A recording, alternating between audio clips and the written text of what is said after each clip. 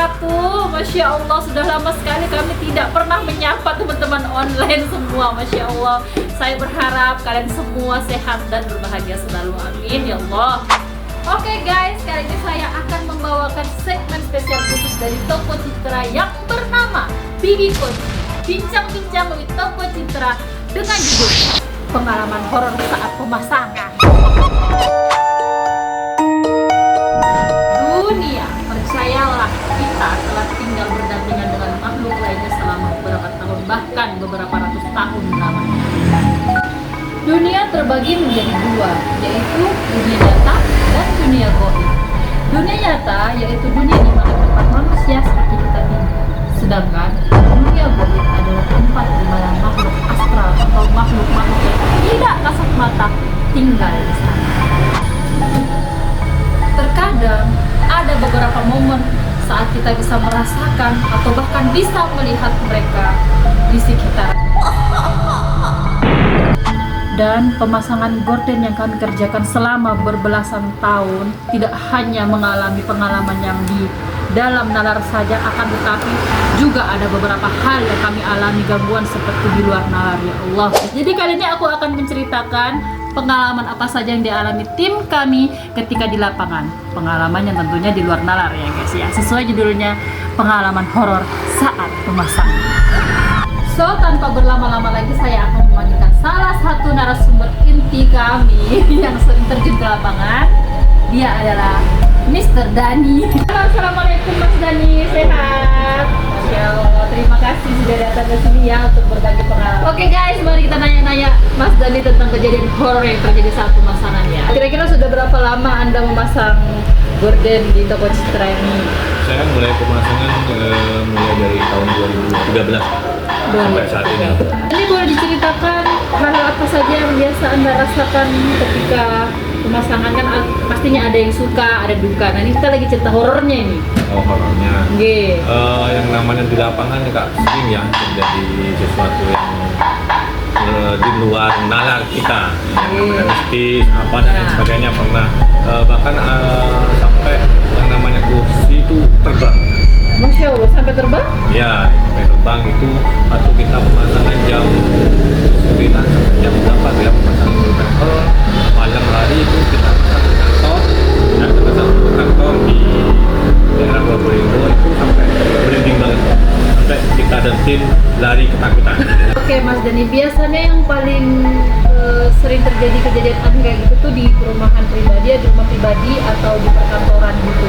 Biasanya yang banyak kejadian hal-hal horor seperti itu ya di perkantoran kan, sampai ya tadi itu kursi terbang, kemudian ada juga kita pernah ngobrol tak pikir teman, ternyata ketika saya lihat di belakang kok nggak ada. Padahal tadi saya ngerasa banget di belakang saya itu ada teman saya itu. Akhirnya saya ngomong, tolong ambilin kartu dong.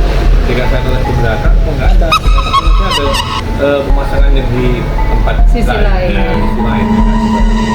Karena saya bongkar gorden ya di kantor itu, kayak di leher saya nih ada yang ini toel ya. Nah, kemudian saya nanya sama yang jaga pada waktu itu, yang jaga kantor, Pak, apakah di sini ada sering terjadi hal-hal mistis atau aneh dan lain sebagainya? Oh iya Mas, di sini banyak market yang jaga bilang seperti itu. Akhirnya tanpa pikir panjang, saya langsung turun dari tangga, langsung saya pulang saat itu. Akhirnya saya kerjakan siangnya. Sebenarnya itu mengganggu nggak sih waktu pemasangan mereka? Ada yang mengganggu kan pasti, ada yang nggak mengganggu. Nah bisa ceritakan yang mengganggunya seperti apa? Yang ya paling parah tadi itu kan, tadi yang nggak mengganggunya cuma menampilkan pasti dia mau say hello, I'm here gitu kan. Kalau mengganggu dari hal-hal fisik apa dan lain sebagainya tidak ada sih Kak. Cuma yang namanya kita manusia kan pasti yang namanya merinding, takut ada ya. Apalagi sampai kursi terbang ya takut sih. Nah, ketika kursi terbang, kemudian kursi terbang itu gimana tuh? Ya kalau di kursi kita terapi kan di kantor seperti itu. Nah, kemudian lama-lama yang kita setiap pemasangan yang biasa kan putar musik, putar selawatan dan lain sebagainya.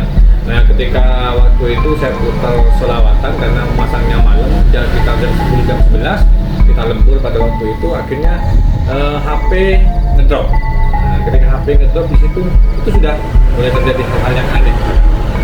Mulai itu bunyi-bunyi, kemudian Seperti kayak apa bisa ceritakan? ya kayak jendela gerak seperti itu. Nah, kemudian kursi kayak ada yang lewat, sebagainya.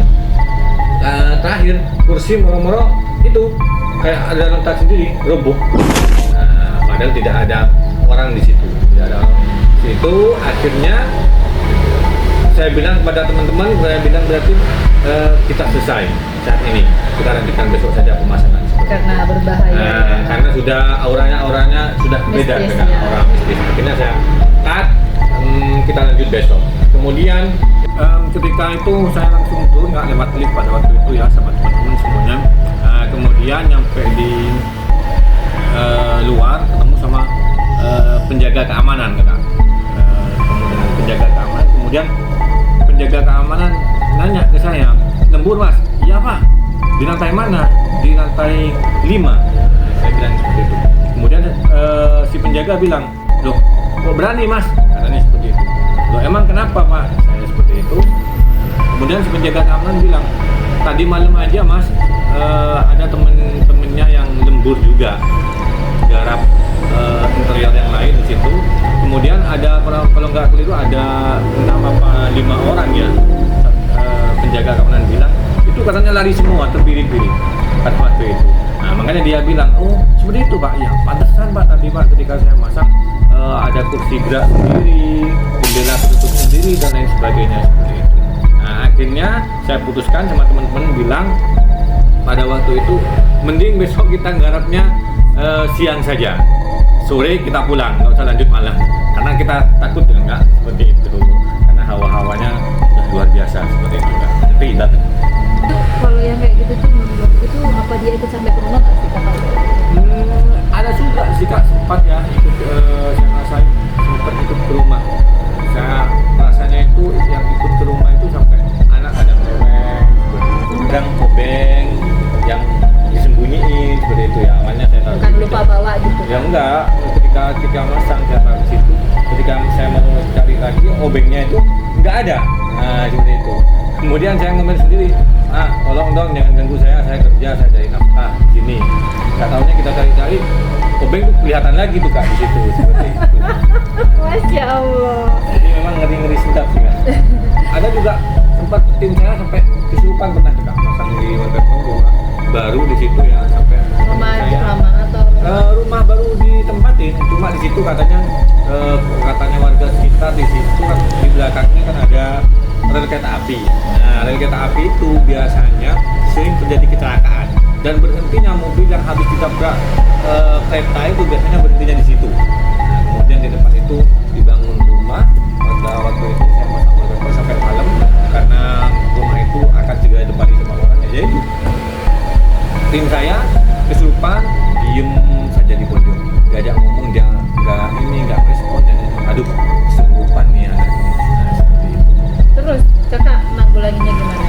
Ya alhamdulillah pada waktu itu ada salah satu beberapa teman yang paham ya, tahu kan seperti itu, artinya dikasih minum dan lain sebagainya. Alhamdulillah sudah mulai sadar, tapi ya itu sudah, setelah itu kita pulang dulu, kita kerjakan siang lagi. Masya Allah, jadi begitulah cerita pengalaman tim pemasangan kami di lapangan ya teman-teman ya guys ya.